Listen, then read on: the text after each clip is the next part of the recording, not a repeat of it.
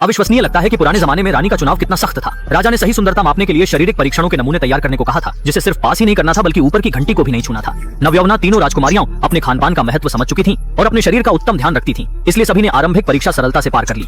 राजा की इच्छा थी कि वह एक को महारानी बनाए। सुंदरता के साथ साथ साहस और धैर्य भी अपेक्षित था। उसने पहले ही योजना बना ली थी। उसने सेवक को 3 गिलास लाल शराब तैयार करने को कहा। तब उसने राजकुमारियों से कहा कि इनमें से किसी एक गिलास में जहर हो सकता है।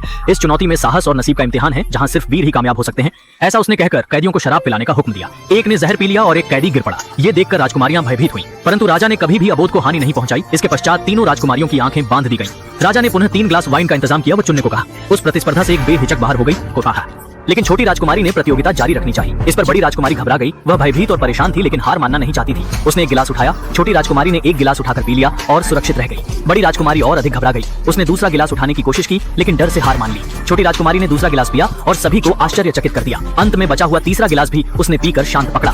मामला यह था कि उसे आगे से मालूम था शराब में विष नहीं था और कैदी के मरने की कहानी बनावटी थी। राजा के प्रति समर्पण जानते हुए उसने साहस पूर्वक यह शानदार कदम उठा लिया। अतः सबसे छोटी राजकुमारी महारानी बनी।